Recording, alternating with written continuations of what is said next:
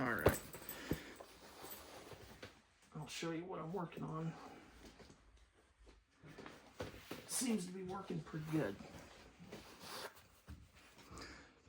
1 inch diameter Delrin rod, 1/2 inch diameter pure 101 copper tip.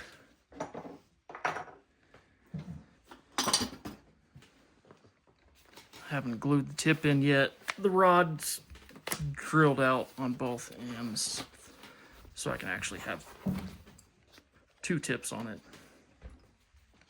just like I did this with the aluminum one. So like a thicker and then a narrower tip. And where did I put the piece? There we go.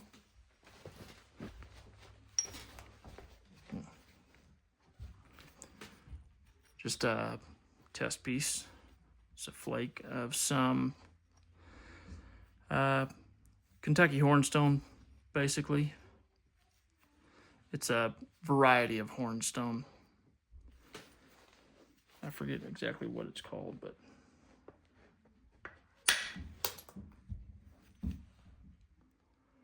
that was a pretty deep flake, the way I had it on there.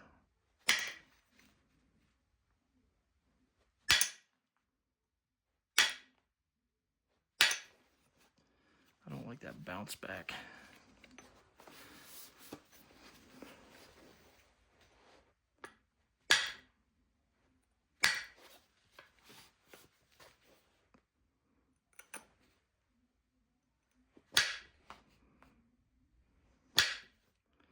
It works good. I like the copper over the aluminum. It just seems to grab it better. Whereas the aluminum, I guess it's harder, so it more like knocks the flakes off. Whereas the copper more is kind of grabbing and peeling the flakes off almost.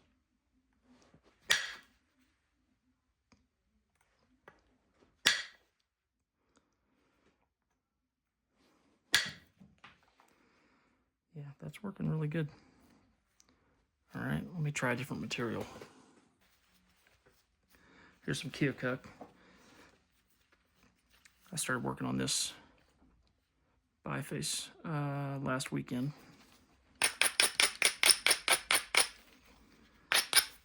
I'll just clean up the end here.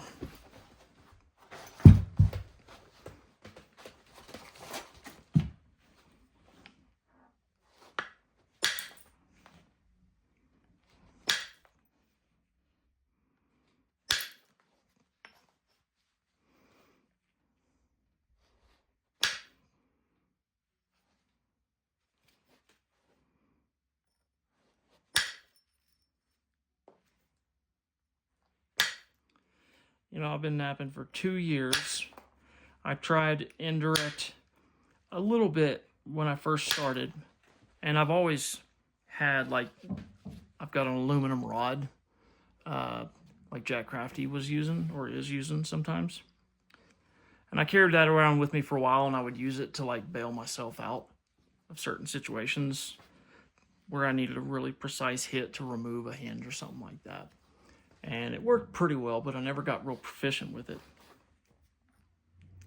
So, having been napping for 2 years now, and having a much better understanding of striking angles and platforms and all of that stuff, I can see how that's going to help me become proficient with an indirect percussion stick, with an Ishi stick, much quicker than if I had started out using it in the beginning.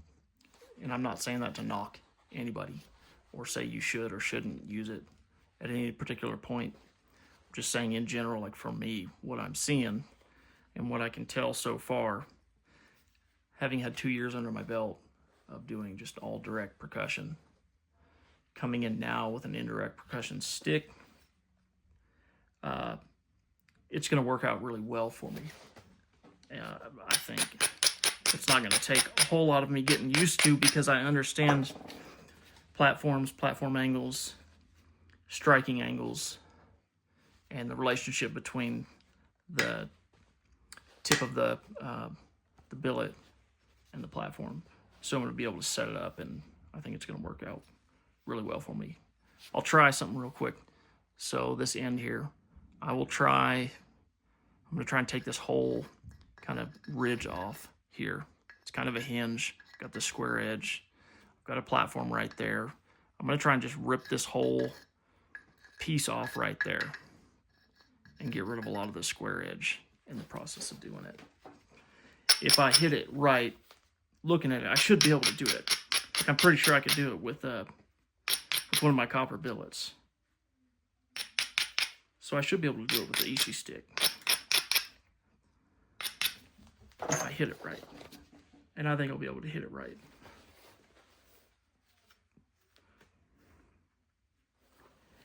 Can I hold it right?